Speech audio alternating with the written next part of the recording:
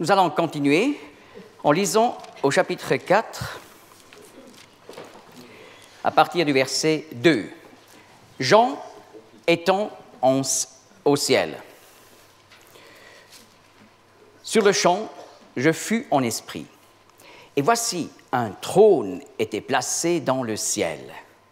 Et sur le trône, quelqu'un était assis, et celui qui était à le voir semblable à une pierre de jaspe et de sardius. Et autour du trône, un arc-en-ciel. À le voir semblable à une émeraude. Et autour du trône, 24 trônes, et sur les trônes, 24 anciens assis, vêtus de vêtements blancs, et sur leurs têtes des couronnes d'or. Et du trône sortent des éclairs et des voix et des tonnerres. Et il y a 7 lampes de feu brûlant devant le trône, qui sont les 7 esprits de Dieu. Et devant le trône, comme une mer de verre, semblable à du cristal. Et au milieu du trône et à l'entour du trône, 4 animaux ou êtres vivants, plein d'yeux, devant et derrière. Et le premier animal ou être vivant est semblable à un lion. Et le second animal semblable à un veau. Et le troisième animal a la face comme d'un homme. Et le quatrième animal est semblable à un aigle volant. Et les 4 animaux, chacun d'eux ayant 6 ailes, sont tout autour et au-dedans plein d'yeux. Elles ne cessent de dire jour et nuit, Saint, Saint, Saint, Seigneur Dieu, Tout-Puissant, celui qui était et qui est et qui vient. Et quand les animaux ou les êtres vivants rendront gloire et honneur et action de grâce à celui qui est assis sur le trône, à celui qui vit au siècle des siècles, les 24 anciens tomberont sur leur face devant celui qui est assis sur le trône et se prosterneront devant celui qui vit au siècle des siècles, et ils jeteront leur couronne devant le trône, disant « Tu es digne, notre Seigneur et notre Dieu, de recevoir la gloire et l'honneur et la puissance, car c'est toi qui as créé toutes choses, et c'est à cause de ta volonté qu'elles étaient et qu'elles furent créées. » Nous voyons le trône de Dieu dans le ciel, entouré de 4 êtres vivants. Il s'agit ici de l'arche de l'Alliance dans le ciel. Le terme l'arche de l'Alliance dans le ciel, on trouve directement en Apocalypse 11, verset 19. J'ouvre ce texte. C'est un texte qui nous illumine qu'il y a un temple original au ciel. Et le temple de Dieu dans le ciel fut ouvert, et l'arche de son alliance apparut dans son temple. Il y eut des éclairs et des voix et des tonnerres et un tremblement de terre et une grosse grêle. Le temple de Dieu dans le ciel est l'arche de l'alliance. Dans l'Ancien Testament, le trône de Dieu est égal à l'arche de l'Alliance, dans le lieu très saint. Sur l'arche de l'Alliance, il y avait la construction de 2 chérubins. Mais au temple de Salomon, qui apporte plus de détails, hier soir j'ai expliqué comme le tabernacle, c'est vraiment le sanctuaire de Dieu à la plus grande réduction. Mais dans le temple de Salomon, on a plus de détails qui sont des copies du temple céleste. Et là, on a 4 chérubins. Donc, Salomon avait ajouté encore 2 chérubins. Il faut que j'explique. En Ézéchiel 1 et suivant, nous apprenons que le terme des êtres vivants est égal à des chérubins. Les chérubins sont des anges qui ont un pouvoir particulier et qui ont le privilège d'entourer le trône de Dieu. C'est pour ça, par exemple, en Colossiens 1, verset 15, ces anges sont appelés des trônes. Les trônes, ce sont des anges du trône de Dieu. Alors, pour être clair, Jean est enlevé au ciel. Mais où? Hébreux 11 parle de la patrie céleste, mais parle aussi de cette ville que Dieu a fondée au ciel, la Jérusalem céleste. Mais la parole nous parle aussi du temple céleste, comme nous venons de voir. Eh bien, Jean est enlevé, on peut dire, au cœur du ciel, le temple céleste. Et là, non pas dans un des parvis, mais au temple proprement dit. Et là, pas simplement au sanctuaire, mais dans le lieu très saint, où il y a le trône de Dieu entouré par des chérubins. Alors, enlèvement vers le temple céleste. D'ailleurs, le Seigneur appelle le temple à Jérusalem, en Jean 2, la maison de son Père. Et en Jean 14, pendant cette soirée, juste avant la crucifixion, où les ombres du calvaire sont déjà tombées sur le Seigneur, là le Seigneur parle. Dans la maison du Père, il y a beaucoup d'habitations. Et je vais vous préparer une place et je vais revenir. Et là, on réalise, le Seigneur ne parle plus du temple à Jérusalem, mais de l'original, au ciel, qui est donc l'avenir des croyants de l'Église. Et il va un jour revenir pour l'enlèvement, pour enlever les croyants à la maison du Père. Mais on peut dire, Jean est effectivement enlevé dans la maison du Père, dans le temple céleste, et plus précisément dans le lieu très saint. D'ailleurs, le livre de l'Apocalypse est un livre qui nous révèle tant de choses sur le temple céleste. Par exemple, nous allons lire de la mer dans le ciel. Et nous venons déjà de lire de cette mer comme du verre. N'est-ce pas? Le terme « la mer » en 1 Roi 7 est le terme utilisé pour la cuve devant le temple de Salomon. Cette cuve énorme. Et peut-être nous savons que déjà Moïse, lorsqu'il a fait la cuve pour le tabernacle, il a utilisé les miroirs des femmes en bronze. Et alors, avec des miroirs, on a créé la mer, la cuve à l'époque. Mais la mer, la cuve céleste est aussi parfaite qu'elle soit comme du verre. Parce qu'on se voit parfaitement là-dedans. Ensuite, nous allons voir comme l'Apocalypse parle de l'autel des holocaustes devant le temple proprement dit. Et nous allons voir que ce livre parle aussi de l'autel en or pour offrir de l'encens. Nous venons déjà de lire de l'Arche de l'Alliance dans le ciel.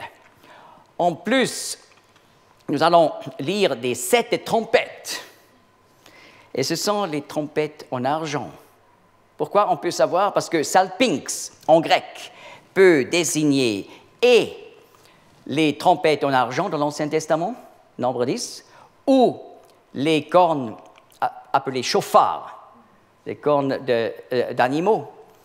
Le même terme est utilisé en grec. Mais comment distinguer entre chatzotzera et chauffard? Eh bien, le contexte aide.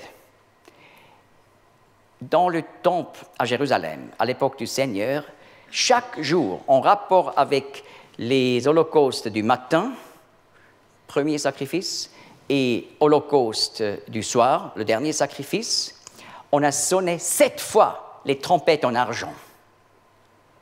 Alors vous voyez, les 7 trompettes, ça on connaissait déjà du rituel du deuxième temple à l'époque du Seigneur Jésus.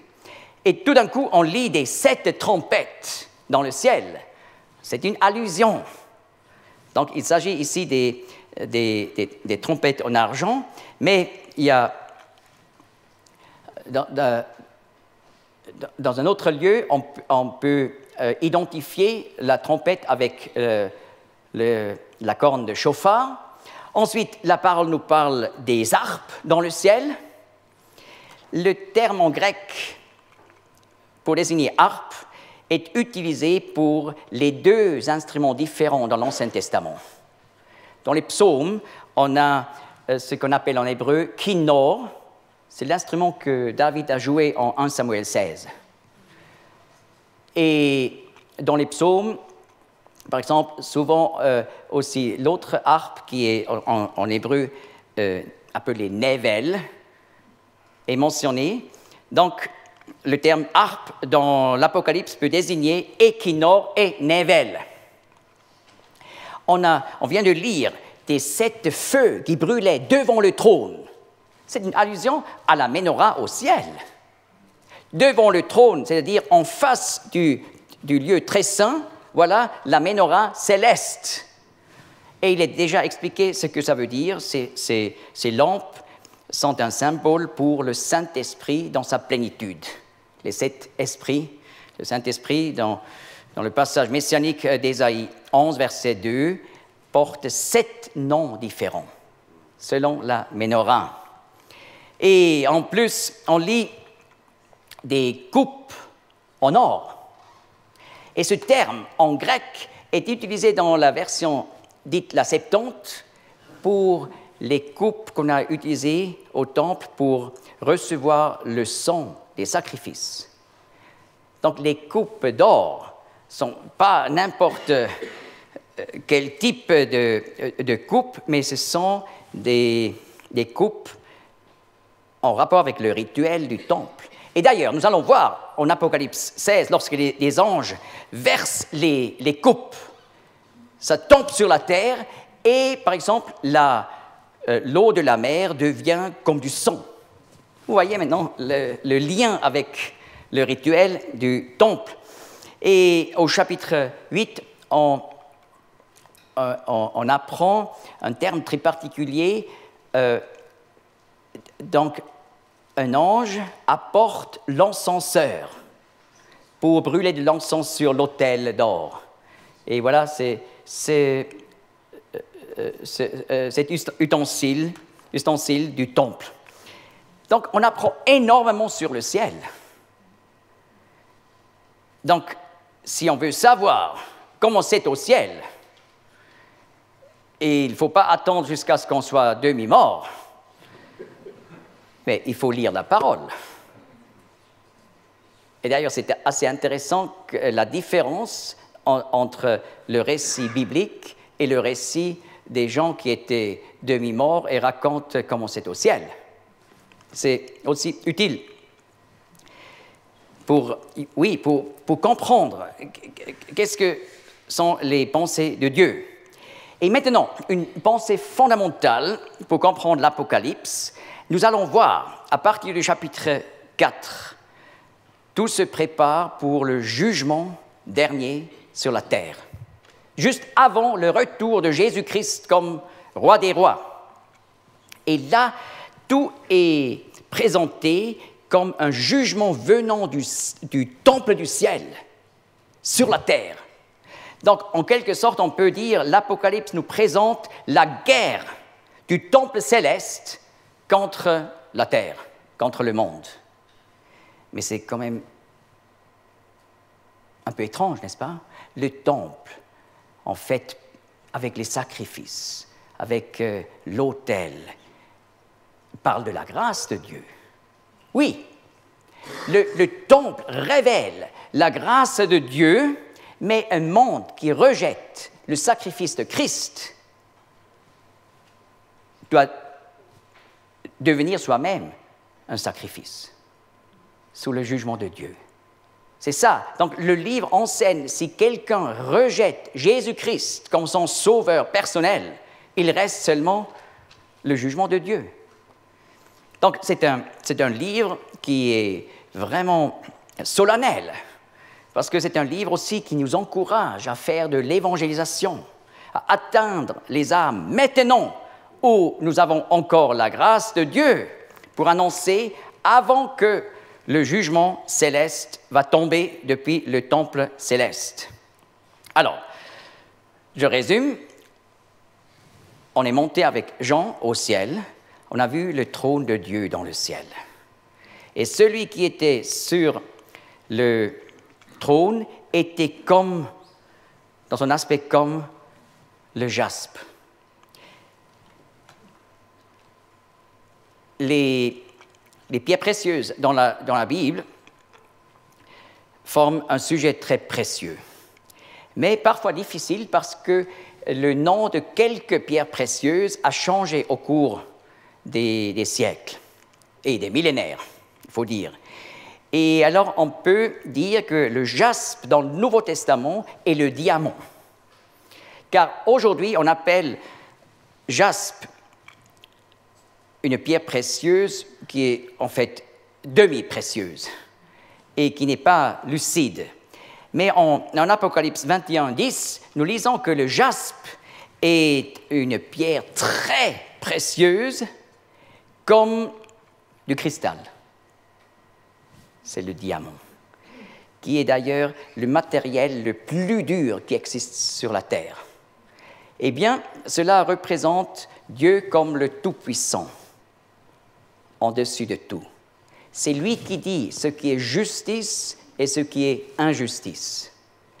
Ce n'est pas, par exemple, la politique qui doit dicter ce qui est correct et non correct, n'est-ce pas? C'est Dieu qui dit ce qui est justice et injustice.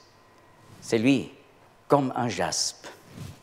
Mais nous avons aussi lu qu'on voit là autour du trône la gloire de l'émeraude, cette pierre précieuse, typiquement vert, parle du fait que Dieu, par son jugement, va apporter donc un nouveau siècle, le millénium, où la malédiction sur la terre va être enlevée presque 100%. Et voilà, ce ne sont pas les partis politiques qui nous amènent à apprécier la nature et la beauté de la nature. Nous croyons en un Dieu qui va faire pousser les plantes pendant le millénium, comme nous lisons par exemple en Ésaïe 35. Le désert va fleurir et les verdures vont pousser. Alors il s'agit de ce Dieu sur le trône qui va s'en occuper aussi de l'écologie de la terre. Et on voit ici la gloire de Dieu aussi décrite comme un sardius. Et voyez, c'est une pierre précieuse qui nous rappelle le sang. Ce Dieu qui sera le juge du monde depuis le trône du ciel, c'est ce Dieu qui a tout donné. Parce que Dieu, le Fils, est devenu un homme pour pouvoir mourir comme homme pour les hommes, pour nous amener à Dieu par son sacrifice et par son sang précieux.